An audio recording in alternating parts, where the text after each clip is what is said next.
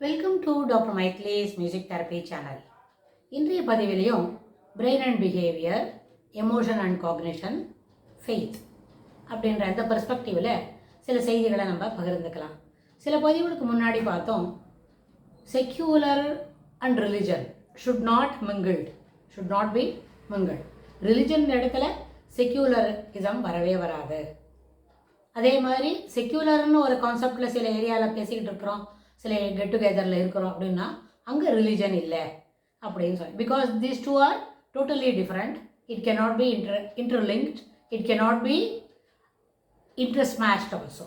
So ரிலீஜன்னு நம்ம பார்க்கும்பொழுது அதில் கம்ப்ளீட்டாக அங்கே இருக்கிறது முழுக்கவே ஃபெய்த் தான். இந்த இடத்துல பிரெயின் அண்ட் பிஹேவியருக்கு இங்கே என்ன ரோல் இருக்குது அப்படின்னு கேட்டால், ஒரு சில பெர்ஸ்பெக்டிவில் ரிலிஜனை சில பாயிண்ட் ஆஃப் வியூவில் நம்ம பார்த்துக்கிறோம், சில பாயிண்ட் ஆஃப் வியூவில் அனுசரிக்கிறோம், சில பாயிண்ட் ஆஃப் வியூவில் ஃபாலோ பண்ணுறோம். அப்படின்னு சொன்னால் அந்த ஃபாலோ பண்ணும்பொழுது நம்மளோட மெச்சூரிட்டி லெவல் எவ்வளவோ, நம்மளோட cognitizing the aspects of the religion, அந்த ரிலீஜியஸ் ரிச்சுவல்ஸோ ரிலிஜன் ப்ராக்டிஸோ அதெல்லாம் நம்ம எந்த அளவுக்கு நம்மளோட புரிதல் இருக்குதோ அதுக்கு தகுந்த மாதிரி தான் நம்மளோட ஃபாலோவில் இருக்கிற அனுசரிக்கிற, அதாவது அதை கடைப்பிடிச்சு ஒழுகிற ஒரு நம்பிக்கையில் சிறப்பானது விழுறோம். அதை எப்படி புரிஞ்சுக்கணும் அப்படின்னா, அவங்களுக்கு அந்த கற்றல் எவ்வளோ தூரம் நம்மளுக்கு இருக்குது. Somebody might have thought about it, அதை யாராவது நம்மளுக்கு சொல்லி கொடுத்துருப்பாங்க, நம்ம அதை காது கொடுத்து வாங்கியிருப்போம். அந்த செய்தி நம்மளுக்கு எந்த அளவுக்கு மனசில் பதிஞ்சிருக்கோ அந்த அளவுக்கு நம்மளுக்கு அந்த விஷயம் சரியான அளவில் மனசில் வாங்க முடியும், சரியான அளவில் அந்த செய்தியை நம்ம எடுத்து பகிர முடியும். ஸோ இந்த ஆஸ்பெக்டில் நம்ம பார்க்கும்பொழுது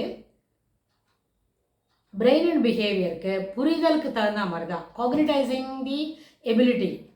ஒரு விஷயத்தை நம்ம ஒருத்தருக்கு கற்றுக் கொடுக்குறோம், இல்லை அவங்களுக்கு பாடம் நடத்தி அதை புரிய வைக்கிறோம், இல்லாட்டி அனப்டோட்ஸ் சொல்லி அதை புரிய வைக்கிறோம், தொடர்புடைய செய்திகளையும் இதோட கூடவே சொல்லி புரிய வைக்கிறோம். அப்படின்னும்பொழுது அந்த உணர்தல், அந்த புரிதல், அது ரெண்டும் எந்த லெவலில் இருக்கோ அதுக்கு தகுந்த மாதிரி தான் நம்ம அதை ஃபாலோ பண்ண முடியும்.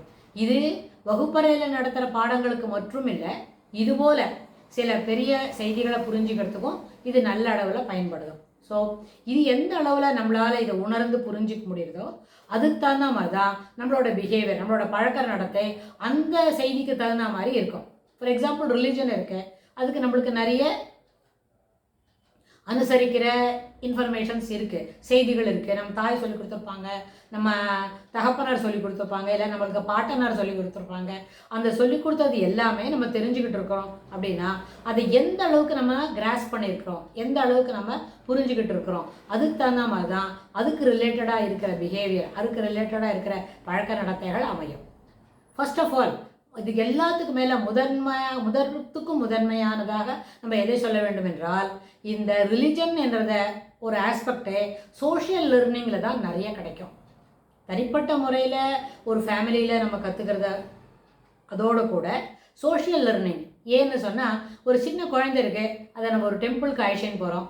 டெம்பிளுக்கு அழைச்சின்னு போனால் எல்லாரும் அங்கே கீழே விழுந்து சாமியை கும்பிடுறாங்க கொடிமரத்தடியில். அப்படின்னு சொன்னால் கொடிமரத்தடியில் அம்மா கும்பிடுறாங்க பார், அக்கா கும்பிட்றா பார், நீனும் கும்பிடு, அதை பார் அந்த அங்கிள் சாமிக்கு தவடையில் போட்டுக்கிறாங்க பார், நீனும் தவடையில் போட்டுக்க, மகாகணபதிக்கு முன்னாடி தோப்பிகரணம் போடுறாங்க பார், நீயும் போடு அப்படின்னு சொன்னால் அந்த பார்த்து கற்றுக்கிற பிஹேவியர் அப்படின்றது அந்த சோஷியல் லேர்னிங்கில் இந்த குழந்தைக்கு, இந்த normal child follows this without any ஒரு கொஷின். இது ஏன் நானும் கீழே விழுந்து கும்பிட்டோம், எதுக்கு நான் தோப்பிகரணம் போடணும், எதுக்கு நான் என்னோட 2 காதையும் மாற்று விரல்களால் பிடிச்சிக்கிறணும் அப்படின்லாம் கேட்காம அவங்க எப்படி பண்ணுறாங்களோ அந்த ஆக்ஷன் தனக்கு ஃபாலோ பண்ண முடிஞ்சதுன்னா உட்காந்து அது ஃபாலோ பண்ணுது. By habit it comes into the child through the early childhood, late childhood, அப்புறம் puberty, early adolescence, அப்படின்னு it continue to grow in her level of observation, in a level of learning, in her level of emotion and cognition அதில் வந்துக்கிட்டே இருக்கும். So இந்த பிஹேவியரை, religion என்ற ஆஸ்பெக்டை faith என்ற கான்செப்டில் நம்ம தொடர்ந்து அதை imbibe, we are putting in the each available pebbles related to religion into the child's மைண்டுன்னு சொன்னால் அது தொடர்ந்து வரும். அதுக்கப்புறம் அந்த குழந்தைக்கு கிரகிச்சிக்கிற ஒரு சாமர்த்தியம் வரும், அப்புறம் கிராஸ் பண்ணிக்கிற ஒரு எபிலிட்டி கிடைக்கும்.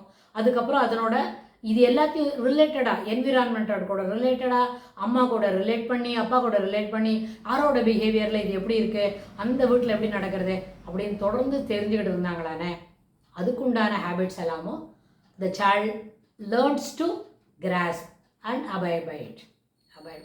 இதுபோல் என்ன ஆகும், தனக்கு தெரிஞ்சதை புரிஞ்சுக்கிட்டதுன்னு சொன்னால் அதுபோல் அதில் கற்று ஒழுகுதல் அப்படின்னு தமிழ் ஒரு வார்த்தை சொல்லுவாங்க. அதுபோல் கற்றல் ஒழுகுதல் சொன்னால் பின் அதர்போல் நடத்தல் அப்படின்றது தொடர்ந்து அந்த குழந்தையோட லைஃப்பில் ஒரு பார்ட் ஆஃப் தி ருட்டீனில் அது வரும்.